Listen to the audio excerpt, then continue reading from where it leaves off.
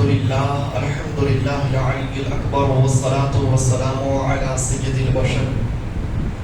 شفيع الأمم في يوم المحشر وعلى آله وأصحابه سروج الغرر. أما بعد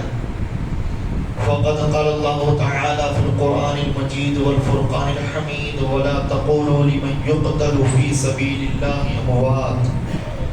بل أحياء ولكن لا تشعرون. صدق الله العظيم وصدق رسوله النبي الأمين المتين الكريم ونحن على ذلك لمن الشاهدين والشاكرين والحمد لله رب العالمين. برادران اسلام، آئیے ایک مرتبہ ہم اور آپ سب سے پہلے اپنے آقا و مولا حضور بالنور شفیع یوم النشور سرور دو جہاں مالک کون و مکان سید عرب و عجم صلی اللہ علیہ وسلم کی بارگاہ بے کسمنہ میں ہدیہ درود و سلام پیش کریں. پڑھیے بآواز بلند: اللہم صلی علی سیدنا و شفیعنا و حبیبنا و مولانا محمد معدن الجود والکرم و آلہ و اصحابہ و اہل بیتہ اجمعین و بارک وسلم صلاۃ و سلاما دائما ابدا علیک یا رسول اللہ صلی اللہ علیہ وسلم. 10ویں محرم کے شب میں امام عالی مقام سید الشہداء امام حسین رضی اللہ تعالی عنہ کے ذکر جمیل میں کربلا کا پورا منظر بیان کیا گیا،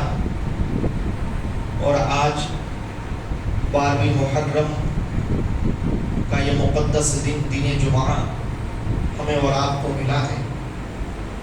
آج یہ بیان کیا جائے گا کہ امام عالی مقام رضی اللہ تعالی عنہ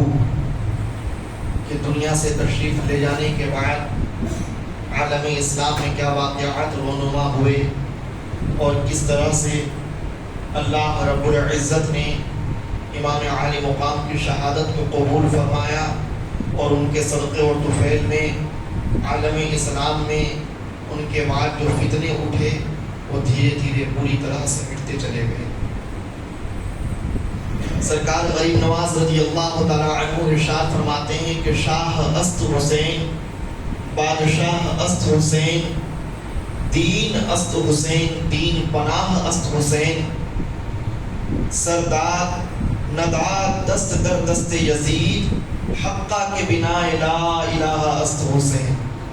غریب نواز رضی اللہ تعالی عنہ ارشاد فرماتے ہیں کہ امام حسین بادشاہ ہیں، شاہ ہیں، شہنشاہ ہیں. امام حسین دین ہیں، امام حسین دین کو پناہ دینے والے ہیں. اور حق تو یہ ہے کہ لا الہ الا اللہ محمد رسول اللہ صلی اللہ علیہ وسلم کی بنیاد امام حسین. امام علی مقام رضی اللہ تعالی عنہ کے تعلق سے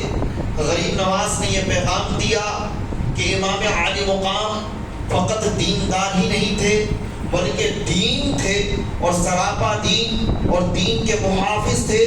جنہوں نے ہمارے سامنے دین کی تشریح کی، دین کی توضیح کی، اور دین کو پوری طرح سے آشکار اور منور کر دیا، اور یہ بیان کر دیا کہ کس طرح سے انسان کو فتنوں کے زمانے میں، ظلم و ستم کے دور میں، اور انتہائی زیادہ کفر و شرک کا جب بول بالا ہو، اس زمانے میں انسان کو کس طرح سے ثبات قدمی رکھنی چاہیے اسلام پر، کس طرح سے مستقل مزاجی کے ساتھ اسلام پر رہنا چاہیے، کس طرح سے اسلام پر ڈٹ کر رہنا چاہیے کہ رب تعالیٰ ان کی اس نیکی کو اتنا قبول بخشتا ہے کہ قیامت تک ان کا بول بالا ہو جاتا.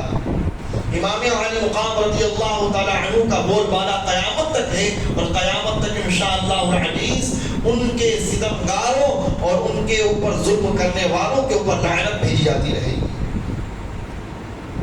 امام علی مقام رضی اللہ تعالی عنہ جب کربلا کے میدان میں شہید ہو جاتے ہیں تو اس کے بعد میں یزید کو مکمل طور پر کھلم کھلا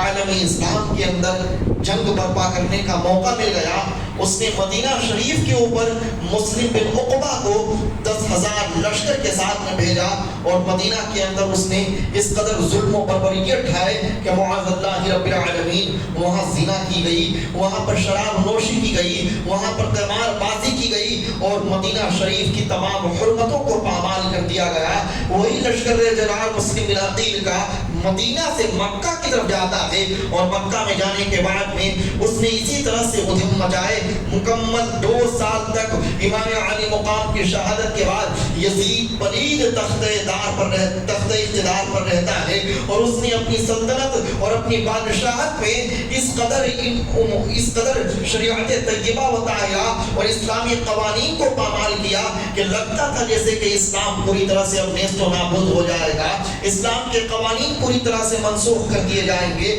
اسلام کی روح اب ہمیشہ کے لیے مر جائے گی۔ لیکن اللہ رب العزت نے امام علی مقام کی محبت عالم اسلام میں اس قدر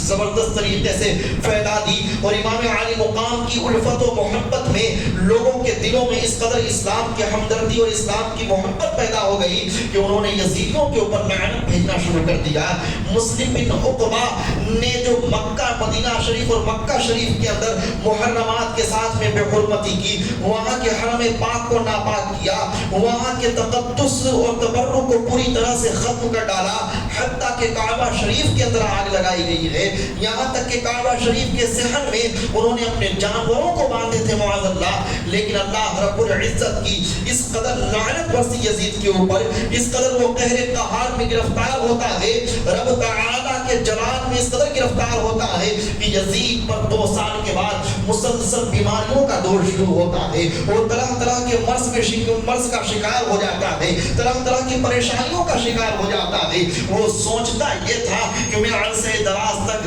اس حکومت کے ساتھ میں رہوں گا، عرصے دراز تک میں اس سلطنت پر رہوں گا، عرصے دراز تک میں بادشاہ بنا رہوں گا اور اپنی من مرضی کے مطابق جو چاہوں گا کروں گا۔ لیکن وہ مردود نہیں جانتا تھا کہ سب سے بڑا احکم الحاکمین رب تعالیٰ ہے۔ جب اس رب کو جلال آتا ہے تو دنیا کی بڑی سے بڑی چیز خاکستر ہو جاتی ہے، جل کر راکھ ہو جاتی ہے۔ اسے اپنی بادشاہت پر ناز تھا، اسے اپنی سلطنت کے اوپر ناز تھا، اسے اپنی حکومت کے اوپر غرور تکبر تھا۔ اللہ رب العزت نے اس کے غرور اور تکبر کو مٹیا میل کر دیا۔ وہ 2 سال تک مسلسل بیماریوں کا شکار رہتا ہے اور عین اس دن جس دن اس کے گنڈوں نے اور اس کے لشکر اشرار نے کعبہ کی مقدس چادر کو جلایا تھا، کعبہ کے اندر جس دن آگ لگائی تھی، اسی دن وہ مردود دنیا سے 4 سال حکومت کرنے کے بعد میں انتقال کر جاتا ہے اور اس کے مرنے کے بعد میں اس کی حکومت کے اندر جتنے بھی گنڈے تھے، جتنے بھی دہشت گرد اور فسادی تھے،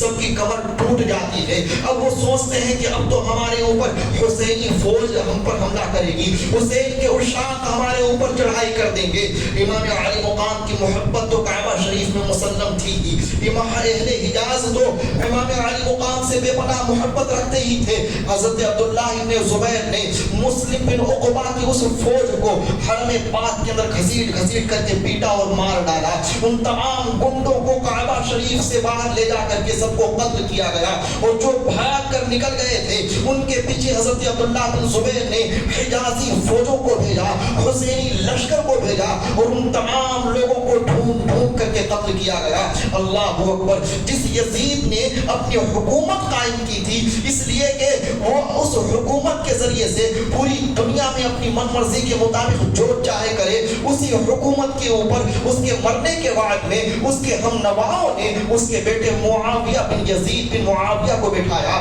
معاویہ نیک شخص تھا، معاویہ کے دل میں اہل بیت کی محبت تھی، معاویہ کے دل میں اہل بیت کی عظمت تھی۔ امام علی مقام رضی اللہ تعالی عنہ کی شہادت سے اس کا دل انتہائی زیادہ غمزدہ اور افسردہ ہو گیا تھا۔ نہ چاہتے ہوئے بھی امام علی مقام رضی اللہ تعالی عنہ کی محبت میں وہ دن بدن اس قدر غلطا جا رہا تھا کہ وہ دل نخواستہ نہ چاہتے ہوئے بھی لوگوں نے اسے یزید کے تخت پر بیٹھا دیا، یزید کا نائب اور جانشین بنا دیا، یزید کے بعد اس کو بادشاہ بنا دیا۔ لیکن وہ انسان ہمیشہ افسردہ رہتا تھا، ہمیشہ غمزدہ رہتا تھا۔ امام عالی مقام کی محبت اس کے دل میں سلگتی رہتی تھی، یہاں تک کہ 2 سال کے اندر یہاں تک کہ کچھ ہی مہینے کے بعد میں معاویہ بن یزید بھی 21 سال کی عمر میں مرنے کے قریب پہنچ جاتے ہیں۔ اس کے مرنے کے وقت میں بہت سارے لوگ اس کے پاس جمع ہوتے ہیں، کہتے ہیں اب آپ دنیا سے جا رہے ہیں، اپنا کوئی نائب بنا دیجئے، اپنا کوئی بادشاہ اور خلیفہ اور مقرر کر دیجئے۔ اس شخص نے یہ جواب دیا تھا کہ سنو، جس تخت کو خون اہل بیت سے سینچا اور سنوارا گیا ہو، جس سلطنت کو خون اہل بیت بہا کر کے سینچا اور سنوارا گیا ہو، اس کے اندر مجھے لذت نہیں ملی، تو جس چیز سے مجھے لذت نہیں ملی میں اس چیز پر دوسرے کو کیوں بیٹھا دوں؟ جس چیز میں مجھے مزہ نہیں آیا میں وہ تلخی کا چیز، وہ کڑوی چیز میں دوسروں کو کیسے دے کر چلا جاؤں؟ آخرکار وہ انسان کچھ مہینے کے بعد میں مر جاتا ہے۔ مرنے کے بعد میں حضرت عبداللہ بن زبیر رضی اللہ تعالی عنہ کے ہاتھ پر تمام عالم اسلام والے بیعت کر لیتے ہیں۔ اب یزیدیوں کو ڈھونڈ کر کے تلاش کر کے پیٹا جا رہا تھا۔ اسی زمانے میں حضرت عبداللہ بن زبیر رضی اللہ تعالی عنہ کے مد مقابل ایک شخص مروان ابن حکم کھڑا ہوتا ہے، اور وہ انسان حجاز سے سفر کر کے مصر اور شام پہنچتا ہے، اور مصر اور شام کے اندر اپنی حکومت قائم کر لیتا ہے۔ مروان ابن حکم نے جب اپنی حکومت قائم کی تو مروان کے دل میں بھی اہل بیت کی محبت تھی، اہل بیت سے عقیدت تھی، اس لیے حضرت عبداللہ ابن زبیر کے وصال کرنے کے بعد میں مروان ابن حکم کا بیٹا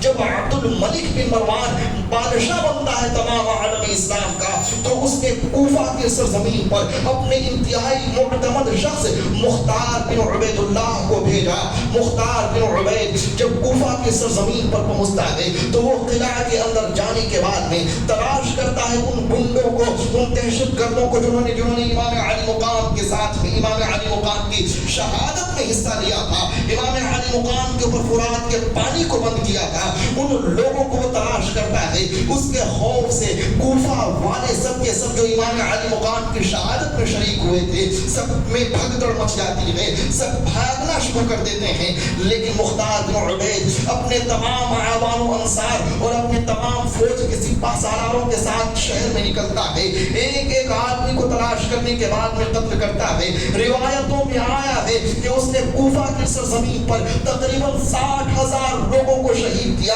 جنہوں نے امام علی مقام کے ساتھ میں دغا کیا تھا، جنہوں نے امام علی مقام کے ساتھ بے وفائی کی تھی، جنہوں نے امام علی مقام کی شہادت میں کسی طرح سے مدد کی تھی، ان تمام لوگوں کو تلاش کرنے کے بعد میں وہ 60,000 لوگوں کو قتل کرتا ہے۔ اور ابن سعد کو، جس نے امام علی مقام رضی اللہ تعالی عنہ کو کربلا کے میدان میں محاصرہ کر کے رکھا تھا، گھیر کے رکھا تھا، اس کو تلاش کرنے کے لیے بھیجتا ہے۔ آخرکار جب اس کی مسلسل تلاش کی جاتی ہے تو وہ ایک گھر میں گوشہ نشین ہو کر کے عبادت میں مشغول ہوتا ہے۔ اس کو مختار بن عبید کے تمام لوگ پکڑ کے دربار میں گھسیٹ کر لاتے ہیں۔ ابن اسحاق کو جب لایا جاتا ہے مختار ابن عبید کہتا ہے اے مردود، آج تو عبادت کر رہا ہے، اس دن تو کہاں تھا جب امام علی مقام رضی اللہ تعالی عنہ تیرے سامنے اسلام کی تشریح کر رہے تھے، جب تجھے دین کی دعوت دے رہے تھے، جب تجھے اہل بیت کی محبت کا درس دے رہے تھے؟ اے مردود، تیری دینداری اس دن کہاں چلی گئی تھی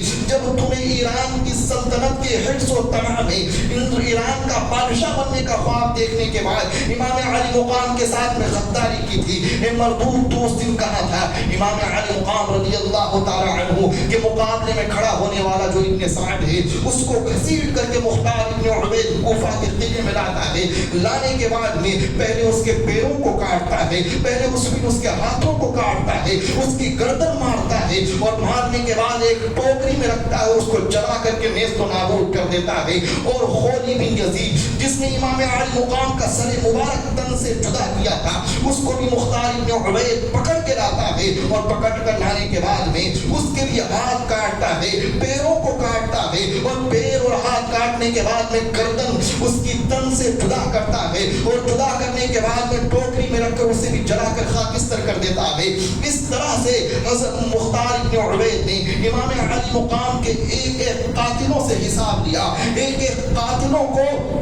نیست و نابود کر ڈالا. یہاں تک کہ باری آتی ہے عبید اللہ ابن زیاد کی. ابن زیاد کوفہ کے 30,000 لوگوں کے ساتھ میں کوفہ شہر کو چھوڑ کر بھاگ جاتا ہے, ہمس کی طرف روانہ ہوتا ہے. مختار ابن عبید نے اپنے انتہائی جانشین اور وفادار غلام کو سپہ سالار بنا کر کے مختار ابن عبید نے ابن زیاد کے پیچھے بھیجا. جب ابن زیاد سے مقابلہ ہوتا ہے, مختار ابن عبید اس کو گھسیٹ کر کے پیٹتا ہے, یہاں تک کہ ہمس کے میدان میں عبید اللہ ابن زیاد کے ساتھ جب جنگ شروع ہوتی ہے تو اس کے تمام اعلیٰ و عوام و انصار اسے چھوڑ کر بھاگ جاتے ہیں. آخرکار ابن زیاد پکڑا جاتا ہے اور ابن زیاد کو وہیں پر وہ پکڑ کر شہید کرتا ہے. اس کے جسم کو گھوڑوں سے رنگواتا ہے اور کہتا ہے کیا تو نے اسی طرح امام علی مقام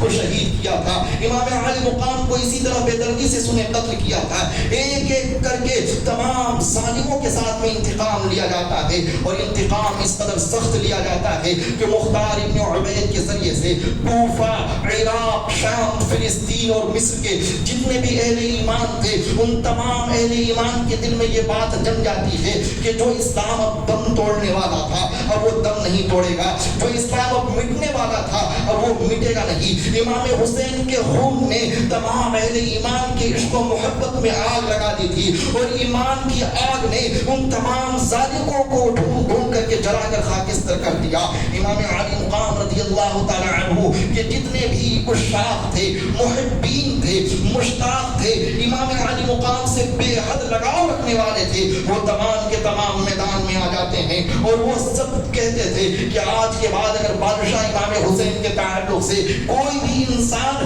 اگر امام حسین کے تعلق سے بد زبانی کرے گا اس کو شہید کر دیا جائے گا. یہاں تک کہ امام علی مقام رضی اللہ تعالی عنہ کی شہادت کے بعد ایک عرصہ دراز کے بعد کسی نے یزید کی تعریف کی اور یزید کی تعریف میں کہا کہ یزید تو اچھا آدمی تھا لیکن اس کے اعوان و انصار عبید اللہ ابن زیاد وغیرہ بدبخت تھے, ابن سعد بدبخت تھے. جب اس اتنی سی بات کہی گئی تو مختار ابن عبید نے اس شخص کو جس نے یزید کی تعریف کی تھی اس کی تلاش لینے کے بعد میں اس کو کوفہ کے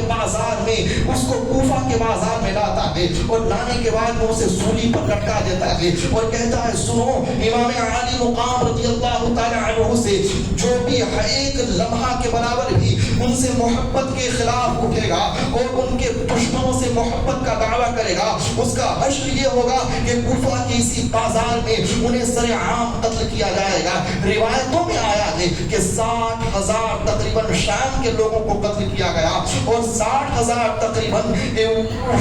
فلسطین تقریباً عراق کے لوگوں کو قتل کیا گیا اور اسی مقدار میں کچھ کوفہ کے لوگوں کو قتل کیا گیا. تقریباً 1.5 لاکھ سے زیادہ دشمنان اہل بیت کو تلاش کر کے اللہ رب العزت نے ان کا انتقام لیا. پتہ یہ چلا کہ جو امام علی مقام کے خلاف دنیا میں کھڑے ہوئے تھے اللہ تعالیٰ نے ایک ایسی فوج ان کے خلاف تیار کی دنیا میں جنہوں نے ان کو نیست و نابود کر دیا. امام علی مقام سے جو محبت کرتے ہیں انہیں دین میں سرفرازی ملتی ہے, امام علی مقام سے جو محبت کرتے ہیں انہیں دنیا میں سرفرازی ملتی ہے اور ان سے بغاوت رکھنے والا اگرچہ اقتدار کے نشے میں چور ہو, اگرچہ وہ سلطنت کے خمار میں ڈوبا ہوا ہو, اگرچہ اسے اپنی بادشاہت پر ناز ہو, لیکن اگر وہ اہل بیت کے خلاف اٹھا, امام علی مقام کے خلاف اٹھا ہے تو دنیا میں اللہ نے اسے ذلیل کیا ہے. معلوم یہ چلا کہ اہل بیت سے محبت کرنا دنیا اور آخرت کی عزت و سرفرازی ہے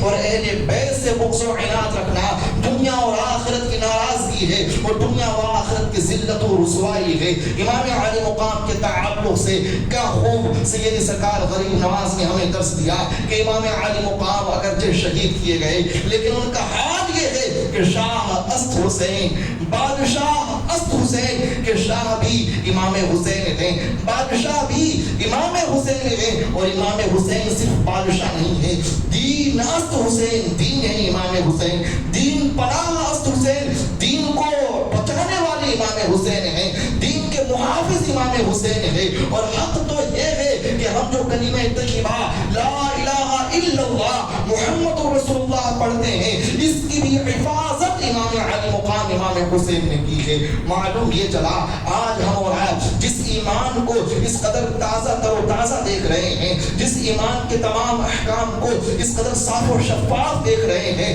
اور ایمان کی ایک ایک بات اور اسلام کا ایک ایک حکم ہمیں جو بغیر تبدیلی اور بغیر کسی طرح کے تغیر اور تبدیلی کے ہمیں آج مل رہا ہے، یہ امام علی مقام کی دین ہے۔ اگر امام علی مقام نے اس وقت میں یزید کی بیعت کی ہوتی تو یزید پورے دین کو نیست و نابود کر دیتا۔ اسی لیے اعلیٰ حضرت، اسی لیے امام غریب نواز ارشاد فرماتے ہیں سرداد نداد دست دست یزید، کہ امام علی مقام نے اپنا سر تو دے دیا لیکن اپنا ہاتھ، اپنا مبارک ہاتھ یزید کے ناپاک ہاتھ میں نہیں دیا، اور یزید کے خلاف میں امام علی مقام نے اسلام کو سینچا اور سوارا۔ یزید کے مقابلے میں آ کر کے امام علی مقام نے دین کو زندہ اور جاوید کر دیا۔ قیامت تک کے لیے جو بھی ملت طیبہ اور طاہرہ ہوگی ان تمام پر یہ اہل بیت کا اور خصوصاً امام علی مقام کا احسان عظیم ہے کہ ان کے صدقے اور طفیل میں ہم اور آپ آج مسلمان ہیں، ان کے صدقے اور طفیل میں آج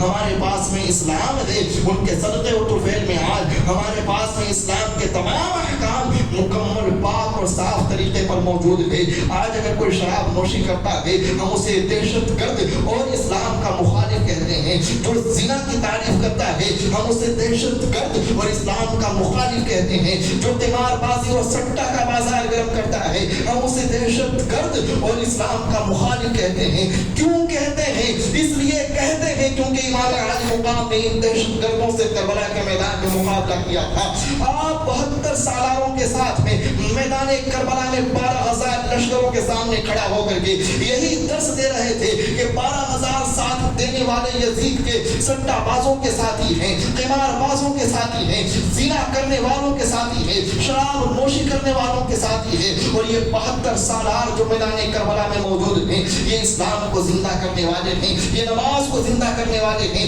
یہ شراب کو حرام بتانے والے ہیں، یہ محرمات کی عزت کرنے والے ہیں، یہ دین کو زندہ رکھنے والے ہیں۔ ان 72 کا نام قیامت تک کے لیے روشن ہے، اور یزید کے جتنے بھی چاہنے والے تھے ان کو اللہ نے دنیا میں ذلیل کر دیا۔ اور روایتوں میں آیا ہے کہ جو لوگ مختار ابن عبید کے ظلم، مختار ابن عبید کے انتقام سے بچ گئے تھے، مختار ابن عبید کے عدل و انصاف سے بچ گئے تھے، اللہ تعالیٰ کا قہر ان پر اس طرح سے اترا کہ جس نے معاذ اللہ امام علی مقام کے عمامہ شریف کو اتارا تھا اللہ تعالیٰ نے اسے پاگل کر دیا، اور ایسا پاگل کر دیا کہ وہ دنیا میں غلاظتوں کو اور پاخانہ پیشاب کو کے مقام پر جا کر کے ان چیزوں کو اپنے منہ میں لیا کرتا تھا، حتیٰ کہ